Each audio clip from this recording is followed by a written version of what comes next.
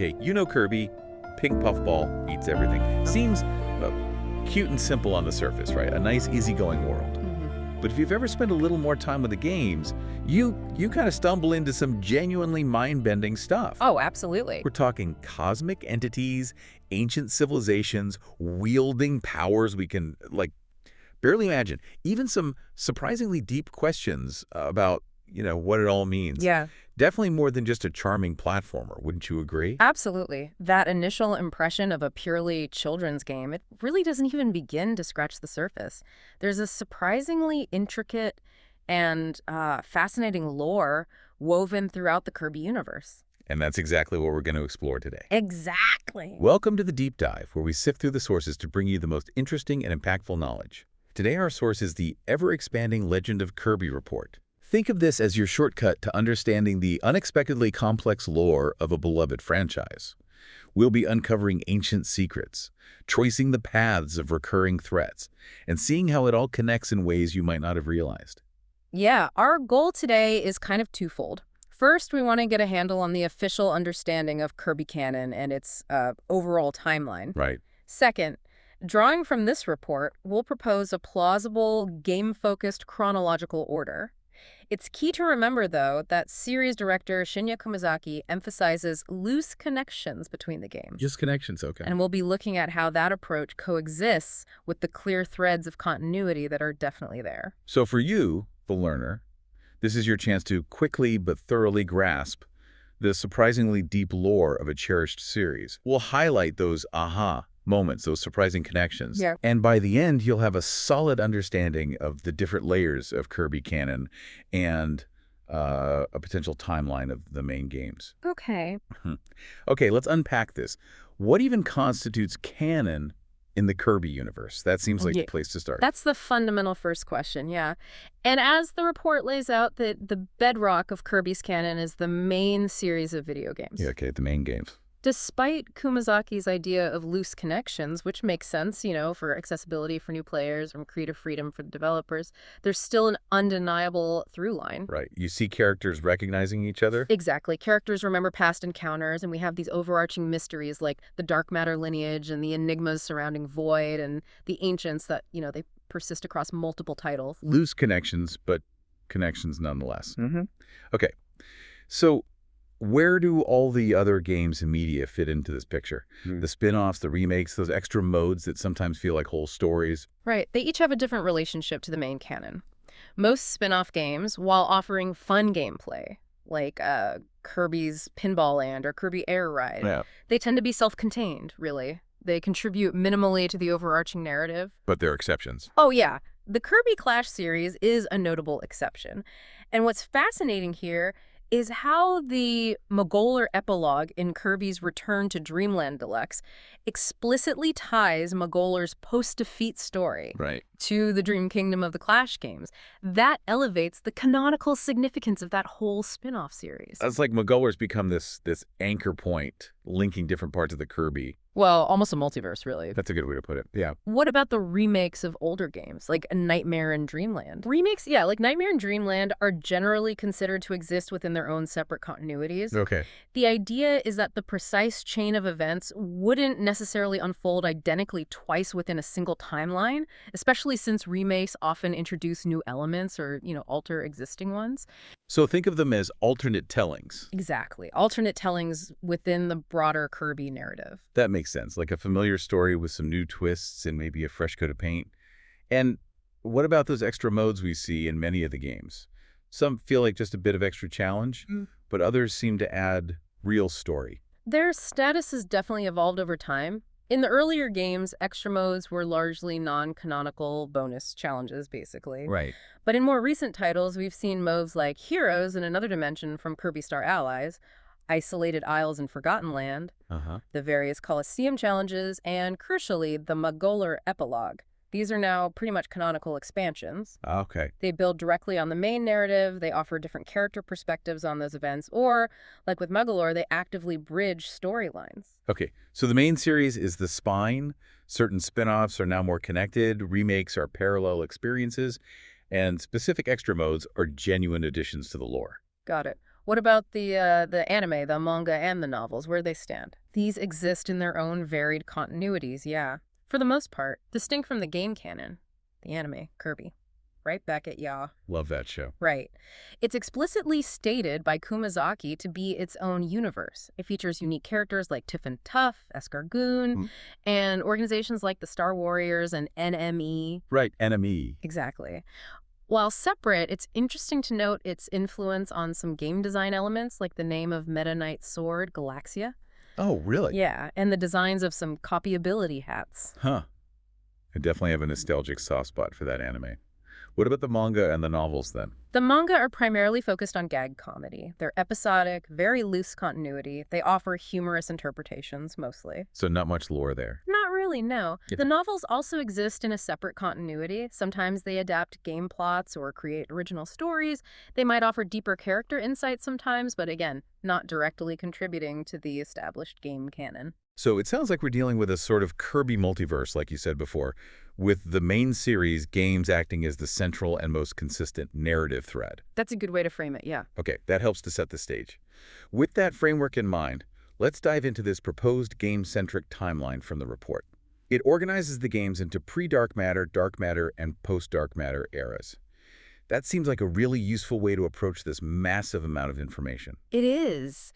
These fan-created eras, they offer a helpful organizational lens for understanding the general flow of the narrative and the types of threats Kirby faces, even within that loose connections philosophy. All right, let's begin at the beginning then. The dawn of adventures, the pre-dark matter era. What are the key characteristics of this period? What sets the stage? This era primarily centers on Kirby's arrival in Dreamland and his initial conflicts, which are largely contained within planet Popstar. We see the beginnings of his relationships with King Dedede and Meta Knight, and the scale of the threats he encounters is generally more localized compared to what comes later. And it all starts with Kirby's Dreamland, the game that started everything. Simple, classic. Exactly. Kirby arrives along the spring breeze in a peaceful dreamland that's been thrown into chaos by King Dedede, who's stolen all the food and the sparkling stars. Classic DD. Right. This game introduces Kirby's iconic inhale ability and establishes that initial, purely antagonistic relationship with Dedede. The Spring Breeze segment in Superstar and Ultra is basically a faithful retelling of this first adventure. Okay. What this tells us about the larger lore, even early on, is that Kirby is portrayed as this heroic figure coming to the aid of those in need. Then we have Gourmet Race, which, let's be honest, perfectly captures the ongoing, often comical rivalry between Kirby and Dedede. Totally. It's not about saving the world. It's about who can eat the most and cross the finish line first. Precisely.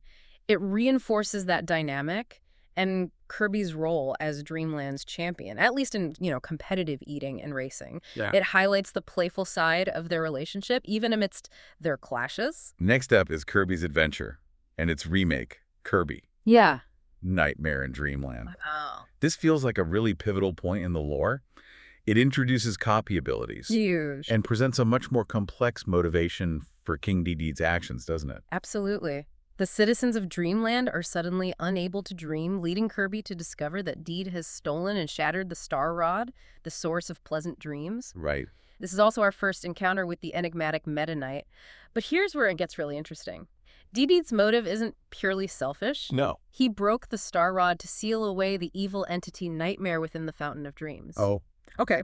So Kirby, initially misunderstanding Dedede's intentions, releases Nightmare and has to defeat him, even damaging the moon in the process. This early game insightfully establishes Dedede's capacity for morally gray actions and really foreshadows his later complexities as a character. And then we jump to Kirby Squeak Squad, where a stolen strawberry shortcake, of all things, leads to an intergalactic treasure hunt and the introduction of the Squeaks and this sealed evil Dark Nebula. Right. While the initial motivation is rather humorous, the game expands the scope beyond Dreamland. It introduces the Squeaks, led by DeRoche, and this ancient, sealed evil, Dark Nebula. Okay. And it's suggested that Dark Nebula's dark aura might have a subtle influence on Meta Knight, potentially providing context for his later actions in revenge of Meta Knight. Speaking of which, Dynablade feels a bit like a pause in the larger conflicts, really showcasing Kirby's compassionate nature. Exactly. It's a more self-contained story. Kirby initially confronts Dynablade for destroying crops, only to discover she's simply trying to feed her chicks. And Kirby then chooses to help her, turning a potential foe into an ally. It's a clear demonstration of his inherent goodness and, willingness to understand others' motivations. And we have Revenge Meta Knight, which is just epic. Meta Knight attempts a full-scale takeover of Dreamland with his mighty halberd airship. It is a significant moment for Meta Knight's character, yeah. Driven by this strong belief that Dreamland has become too complacent and lazy, he initiates a full-scale conquest. Wow. And the report suggests, like we hinted, that the lingering influence of Dark Nebula from Squeak Squad might still be playing a subtle role in his aggressive actions. Kirby basically single-handedly confronts and ultimately defeats the halberd, with a little help from Dynablade, leading to Meta Knight's defeat and subsequent departure. Yeah. This event firmly establishes Meta Knight as this formidable warrior with his own distinct code of honor and, a willingness to take drastic measures. So the pre-Dark Matter era lays a crucial foundation. We see the core relationships starting to form, Kirby's unique abilities developing, and Dedede evolving from just a simple antagonist into a more layered character. Nicely put, yeah. Okay, next up, the Shadow of Dark Matter. This sounds significantly more ominous. It is indeed. This era marks the arrival of dark matter as a major, recurring, and galaxy-spanning threat. The stakes are raised dramatically, and we see Kirby facing a more existential and, frankly, unsettling form of evil. And it all begins with Kirby's Dreamland 2, where dark matter steals the Rainbow Bridges and takes control of King Dedede. This definitely feels like a direct escalation. Precisely. Dark matter's ability to possess Dedede and its overarching goal of plunging the land into darkness signifies a whole new level of danger. Right. This game also introduces Kirby's helpful animal friends, who become essential allies. Rikku, yeah. Exactly. Yeah. And to ultimately defeat dark matter, Kirby has to gather the rainbow drops and forge the powerful rainbow sword. Then things take an even darker turn in Kirby's Dreamland 3, with a larger scale invasion, even more possessions. And the introduction of Gooey, who's made of the same stuff as dark matter but is good. Yeah. And the truly unsettling entity known as Zero. Dreamland 3 sees dark matter returning with a much broader invasion, possessing numerous inhabitants of Popstar. The introduction of Gooey, explicitly described as being composed of the same positive matter as dark matter, is a fascinating contrast. It really hints at the duality inherent in that cosmic force. And then there's Zero, the massive white eye-like being revealed as the leader of dark matter. The imagery associated with Zero, particularly that unsettling detail of it expelling its own blood. Yeah, I remember that. It really elevates the cosmic horror elements. Defeating Zero with the combined power of the Heart Stars in the form of the Love Stick seemingly purges dark matter's influence, at least for a time. But Dedede's not entirely free from that dark influence, is he? We have Revenge of the King and Superstar Ultra, which the report places within this era due to likely lingering effects from dark matter. Exactly. Dedede once again declares war, this time sporting a new, more powerful masked persona. Masked Dedede's, yeah. And the report astutely suggests that the lingering effects of his repeated possessions by dark matter in the previous games are likely fueling his increased aggression and power in this more challenging rematch. Makes sense. And then we have Kirby 64, the Crystal Shards, which in many ways feels like the culmination of the dark matter saga. It takes us beyond Popstar to Ripple Star and introduces the formidable Zero Matter. Yeah, Zero Matter. And, crucially, Dedede finally makes a definitive shift to becoming a reliable ally. Crystal Shards expands the scope of the dark matter threat beyond planet Popstar with the attack on Ripple Star and the shattering of the Sacred Crystal. This event brings Kirby together with Ribbon. And Waddle Dee Adeline. Right. But what's truly significant for Dedede's character arc is that, after being possessed yet again, he actively chooses to fight alongside Kirby, recognizing the true extent of dark matter's danger. That's huge for him. It really is. The final confrontation with Zero Demero, heavily implied to be a successor to Zero, and the introduction of the ability combination mechanic make this a pivotal game in this era.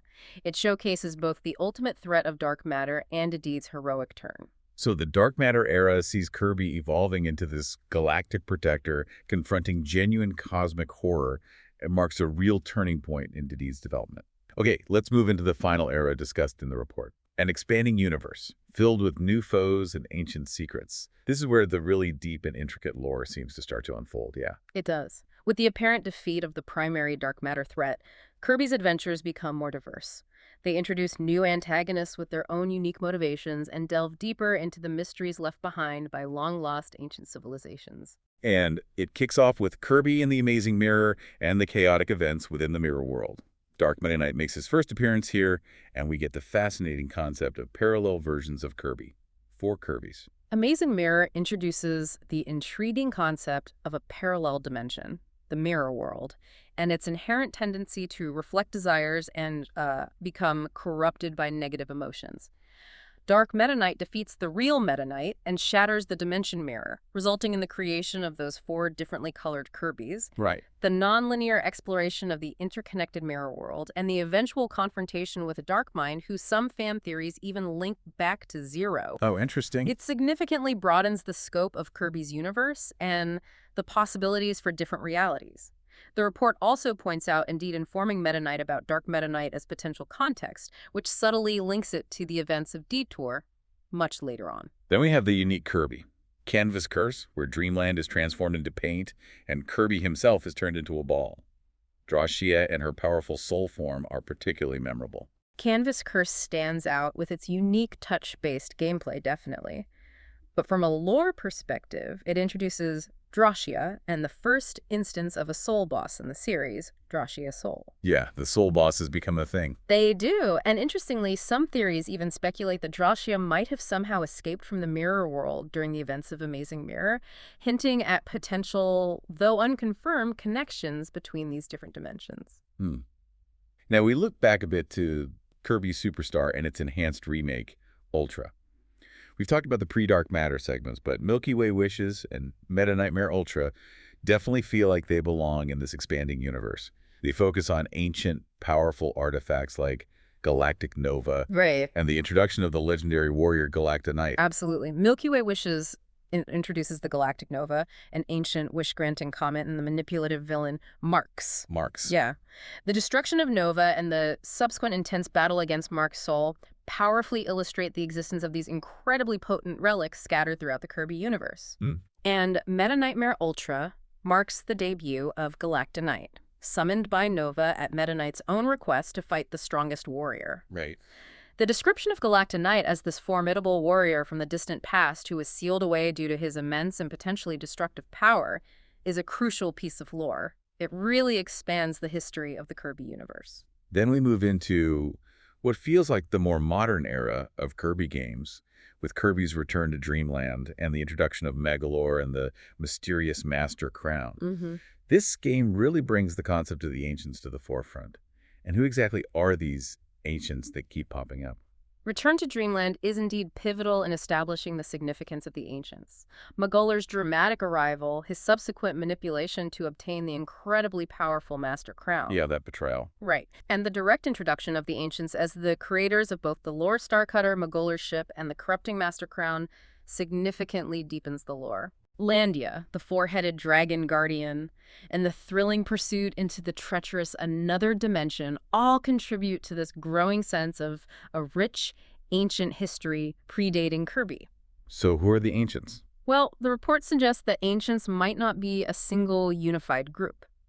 Instead, it suggests the possibility of multiple distinct civilizations or eras of highly advanced beings, like the Halcandrins who built the lore and the Master Crown, maybe the civilization that built the Novas, the advanced society that banished Highness's people, and that lost civilization in the New World from Forgotten Land. Wow, okay. And Return to Dreamland Deluxe gave us the Magolar epilogue, which is so important for definitively connecting the main series to the Kirby Clash spin-off games. Huge, yeah. And showing Magolar's path to redemption. Exactly. The Magolar epilogue provides a direct and canonical link. It shows Magolar's journey to the Dream Kingdom after his defeat, planting the gem apple tree, establishing his shopkeeper role. It's a prime example of how seemingly disparate parts of the Kirby multiverse can be explicitly connected, enriching the overall narrative. Next up is Kirby. Triple Deluxe, with the towering Dreamstalk reaching up to the floating kingdom of Floralia, the introduction of Tyranza and the tyrannical Queen Sectonia, and another intriguing appearance from Dark Meta Knight in the Detour, Extra Mode. Triple Deluxe expands the world with Floralia, the manipulative Taranza, and the power-hungry Queen Sectonia, who seeks to conquer Popstar. The new Hypernova ability gives Kirby crazy power. Yeah. And the Detour mode directly ties back to Amazing Mirror with the surprising reappearance of the Shattered Dimension Mirror and Dark Meta Knight, further solidifying those recurring interdimensional aspects of the lore. Then we have Kirby, Planet Robobot, which is heavily focused on technology and mechanization with the Haltman Works company invasion. Yeah, robots everywhere. But also delves back into ancient knowledge with the supercomputer Stardream. We also get a tragic backstory for Susie, and yet another appearance by Galactonite. Planet Robobot introduces a more technologically advanced threat, with Haltman Works and their ruthless mechanization of Popstar. But at its core, their plans are driven by using ancient knowledge to create the powerful Stardream. Huh? The Robobot armor gives Kirby incredible new abilities. The backstory of Susie and her relationship with President Haltman adds a significant layer of emotional depth. It really does. And in the Meta Nightmare Returns mode, Stardream summons an enraged Galactonite, who even manages to damage the supercomputer, once again underscoring his immense power and the potential danger he represents. Wow. Kirby Star Allies then takes us into truly cosmic territory with Highness and the Dark Jamba Heart ritual. Oh, yeah. Leading to the revival of the ancient entity Void Termina, and strongly hinting at a deep, fundamental connection between Void and Kirby himself. This felt huge. Star Allies significantly expands the cosmic scope of the lore, yeah. Introducing Highness and his fanatical cult's attempt to resurrect Void Termina using the shattered pieces of the Jamba Heart. The resulting chaos leads to many of Popstar's inhabitants, including Dedede and Meta Knight, getting possessed. The formation of the Star Allies and their journey culminates in the revival of Void Termina, whose physical form bears a striking resemblance to both Kirby and Dark Matter. That's the key part. Suggesting a shared origin. The game goes even deeper with Highness's backstory, revealing his people were banished by a technologically advanced ancient civilization, adding yet another layer to the history. And the final forms of Void Termina, Void Soul, and Void, astral birth, with the latter even displaying a Kirby-like smile and being accompanied by Kirby's friend-making sound. Yeah. It strongly implies that Kirby is a positive reincarnation or manifestation of the primordial entity Void. This is a major lore reveal with profound implications. Absolutely mind-blowing. And finally, we arrive at Kirby and the Forgotten Land, which throws Kirby into a completely new post-apocalyptic world with the intriguing Mouthful mode. Yay, Car Kirby. The introduction to Elfilin, and the mystery surrounding a long-lost ancient civilization that possessed advanced planetary warp technology. Forgotten Land introduces a completely new and mysterious setting, a compelling storyline involving Elfilin, the menacing Beast Pack, and the interdimensional invader Fecto Forgo. Right. The game unveils the existence of an ancient civilization in this new world that had incredibly advanced tech, including planetary warp ability. Wow. And the appearance of Morphin Knight, who absorbs Soul Forgo to become the incredibly powerful Chaos Elphilis, brings this enigmatic figure back into the forefront and further explores themes of transformation and absorption of powerful entities. That's an incredible amount of lore to unpack, but seeing it laid out in this proposed chronological order really helps to understand the grand scope and how the different games build upon each other, even with those loose connections. It really does provide a useful framework. Now, the report delves into some of the foundational concepts that underpin all of this. The enigmatic ancients, the cosmic forces of void and dark matter, the prevalence of interdimensional travel, and the roles of those legendary warriors. Let's start with the ancients. They seem to be the unseen hand behind so much of the powerful technology and magic. What can we glean about them? They are indeed. And what's insightful here, like I mentioned briefly, is that the report emphasizes ancients likely doesn't refer to a single monolithic group. Right, multiple groups potentially. Exactly. It suggests the possibility of multiple distinct civilizations or eras of advanced beings throughout Kirby's history. The Halcondrans, the Nova Builders, Highness's adversaries, the New World Civilization. They might all fall under this umbrella term. So it's not just one ancient society that left behind all these powerful artifacts, but perhaps different groups across time who all achieved incredible feats of both technology and magic. Exactly. We see incredible technology like the Lord Starcutter's interstellar travel and the Nova's wish-granting power existing alongside seemingly magical artifacts like the corrupting Master Crown and the dream-granting Star Rod. Yeah. The report astutely points out how the lines between their advanced technology and what we might perceive as magic are often intentionally blurred, adding to their mystique. And the relationship with void seems incredibly complex and multifaceted, sometimes sealing it, sometimes worshiping it, like Highness. What does that tell us? That's a crucial observation. The ancients clearly had a significant, long-standing history with void, and this relationship appears to be a recurring source of both incredible power and immense danger. Right. The report wisely speculates on the potential reasons for their eventual downfall or disappearance, maybe self-destruction through their own creations, cosmic threats, ascension, banishment. Lots of possibilities. These possibilities highlight the recurring theme of great power carrying great risk. The report even includes a helpful table outlining some key ancient artifacts and their attributed creators and powers.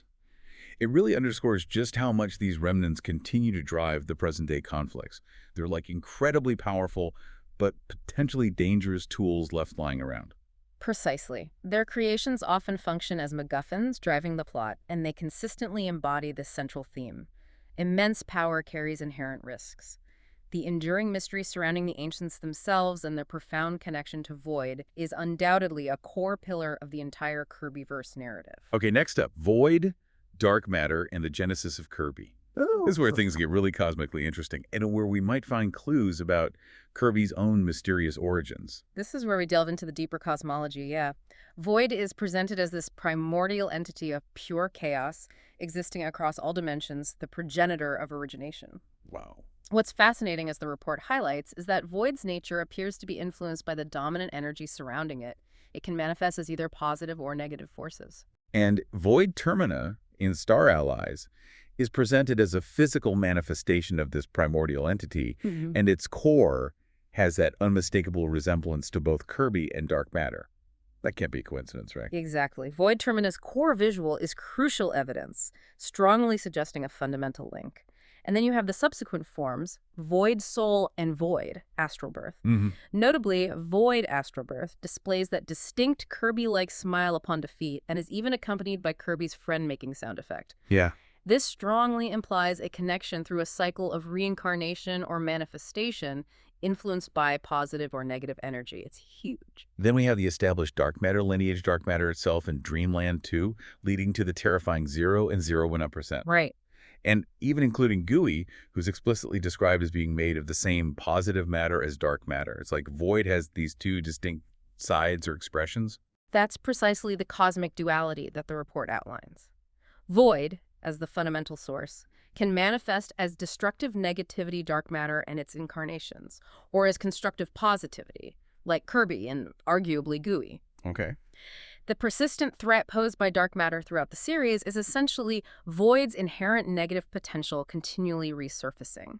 And the evidence for Kirby's own connection to void seems quite compelling, doesn't it? Yeah. The visual resemblance, the pause screen descriptions, even the Green Greens remix in Void Termina's battle theme. And of course, Kirby's seemingly innate ability to befriend almost anyone. Yeah. It all seems to point towards a shared origin. It does. It recontextualizes Kirby's seemingly random arrival in Dreamland as being intrinsically tied to this fundamental cosmic entity. Yeah. If void is the progenitor of all origination, then Kirby, as a positive manifestation, represents a primordial force for good. Wow. The report also touches on the intriguing speculation that Meta Knight and Galactonite, due to their similar appearance to Kirby, might also share this ancient ancestry linked to void. This really encourages us to reconsider the very nature and origins of our seemingly simple pink hero. It really does make you look at Kirby in a completely new light. This cheerful, endlessly hungry little puffball might be connected to the very fabric of the universe itself. Okay, let's move on to another recurring theme.